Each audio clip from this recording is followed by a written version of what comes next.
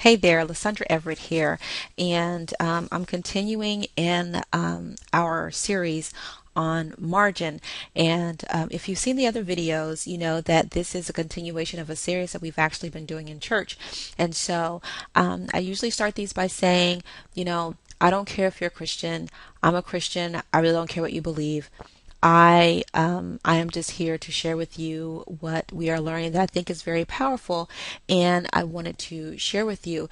And I created the playlist for this, Living Your Life on Purpose, and this has been a big part of it and has been huge for me. So today's topic is building moral margin.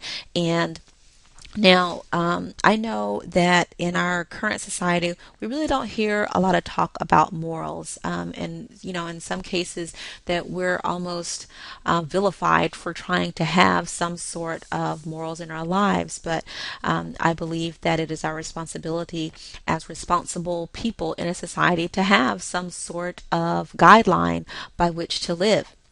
So, with today's topic, with moral margin is defined as putting distance between you and temptation. Um, one of the scriptures that was shared was James 1:13 through 15. It says, when tempted, no one should say, God is tempting me. For God cannot be tempted by evil, nor does he tempt anyone. But each one is tempted when, by his own evil desire, is dragged away and enticed. Then, after desire has conceived, it gives birth to sin, and sin, when it is full grown, gives birth to death. And so, this is just, this topic today is just going to be really a way to try to help you build, some sort of moral margin in your lives. And this is really good stuff. So just hear me out. Okay. So the first way is number one, to make Jesus your passion. You become what you love. And so, whether you are a Christian or if you're a Muslim or if you're a Catholic or whatever your religious background may be, if you don't believe in Jesus, that's up to you. I do. But whatever you believe in, you need to live your life based on that. And so, you need to live your life following Christ. The Bible says, seek ye first the kingdom of heaven, and all these things will be added unto you. And, Matthew 4:10 also says, away from me, Satan, for it is written, worship the Lord your God and serve him only. So you need to make that the focal point and upmost in your life. And the thing about it is to focus it on worshiping God, because we worship our way into sin. And you have to worship your way out. And you should try to become holy, not perfect, but holy. Okay, number two, manage your mind. Be careful how you think. Your life is shaped by your thoughts. That's in Proverbs 4:23. So what you think about, you bring about. If you focus on negative thoughts, you're going to bring about negative thoughts. If you focus on the Lord, you're going to bring about, things associated with the Lord. So 2 Timothy 2:22 says, turn your back on lustful thoughts and give your positive attention to goodness, integrity, love, and peace. Philippians 4:8 says, fix your thoughts on what is true and honorable and right and pure and lovely and admirable. Think about things that are excellent and worthy of praise. Okay? So, manage what goes into your mind, what you hear, what you read, what you watch, all those things. Okay, number three, monitor your media intake. And this is really interesting. At the end of this, I'm going to go and show you some statistics based on a Nielsen survey from earlier in 2012. Okay, but monitor your media intake. Proverbs 15:14 says, the fool feeds on trash. Okay, so you just need to, what are you looking at? Are you, watching the, stupid reality shows on TV? Are you really, focusing on your mind and building your spirit? Number four, minimize the opportunity for temptation. Okay, the first thing I think about with this, although this is not what we're talking about, but you totally get the point, is if you're an alcoholic, you're not going to go and hang out in a bar if you're truly trying to change. If you have a weight problem and you're trying to change, you're not going to put the Snickers bar in your house. Okay, so you want to recognize those things that are tempting for you, and then then stay away from it as much as possible. Will you always be able to do it?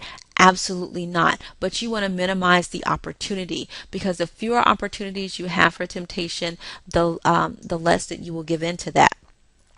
And you should avoid hanging out with the wrong people.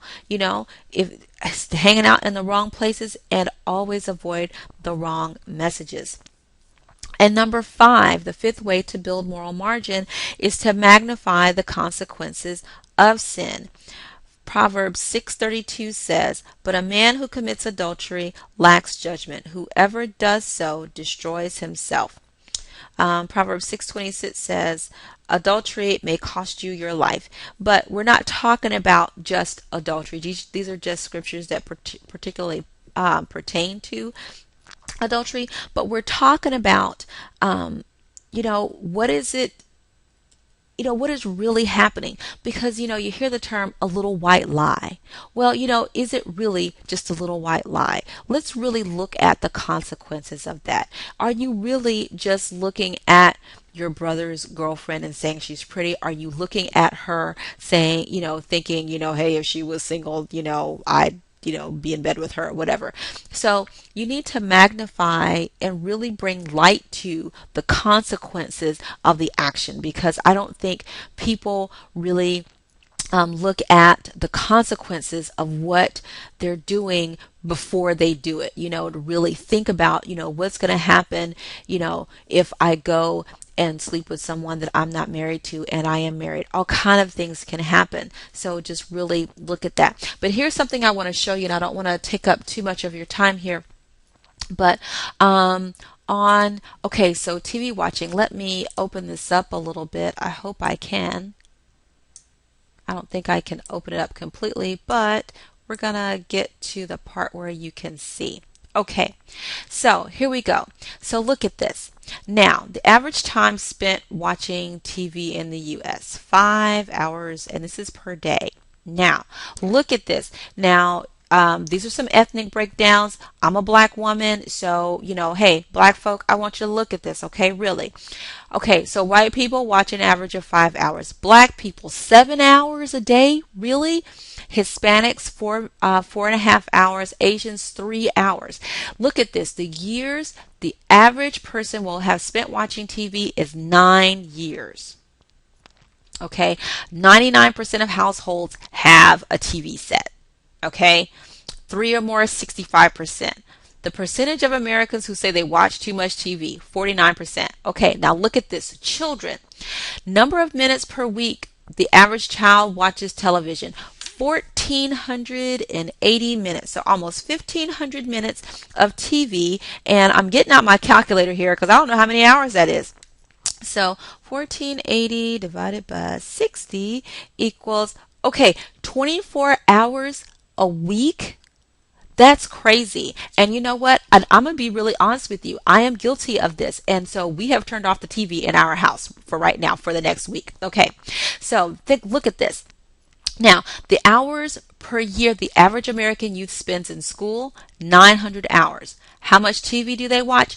1,200 hours per year.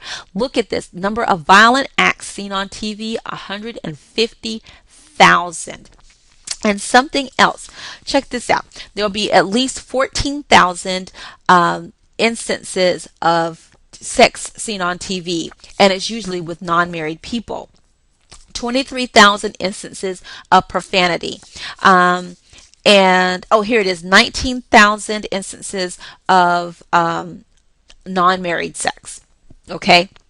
So, you got to watch what's going in your head. That's all there is to that. Okay. So with that, I'm going to get back to this and just simply say, let's work on, changing who we are as a society, changing who we are as people. Because listen, this can only be a positive thing when you are really focused on living as right as possible. We are not all perfect. Lord knows I have sinned and fallen short of the glory of God, but adding this to our lives can only make it better. So, okay, I've gone on for over 10 minutes now, so I'm going to shut up. And this is Lysandra Everett signing off, and I will see you on the next video. Bye.